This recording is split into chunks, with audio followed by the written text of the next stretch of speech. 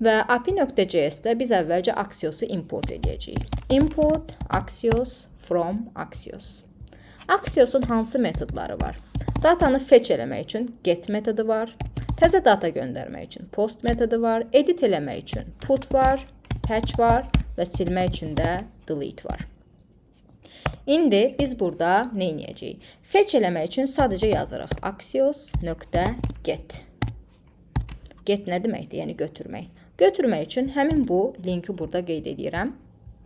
Qeyd elədikdən sonra deyirəm ki, daha sonra then, bunu aşağıdan yazım, .then, daha sonra neynə? Gələn responsu götür, gələn cavabı götür, o cavabın içindən mənə datanı qaytar, yəni heyvanlar ərəyini. Çünki cavabın içində bizə headers qayda bilər, status qayda bilər və biz oradan ancaq datanı götürmək istəyirik. Ona görə yazmalıyıq response.data. Və daha sonra deyək ki, həmin datanı, gələn cavabı, yəni cavabın içindən datanı çıxart və o datanı konsola ver ki, biz görək bizə nə gəldi. Konsola ver və burada da bir dənə catch yazaq ki, error varsa, o zaman da konsolda yazsın ki, məsələn, error fetching animals və erroru göstərsin. Sö.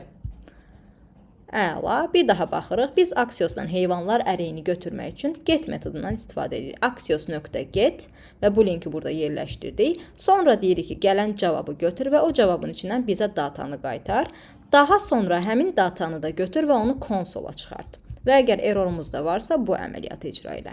İndi gəlin biz bu kodu terminalda icra eləyək. Bunun üçün mən gəlməliyəm src papkasına. Çünki API.js src papkasındadır. Burada yazıram cd src və sonra yazıram node api.js.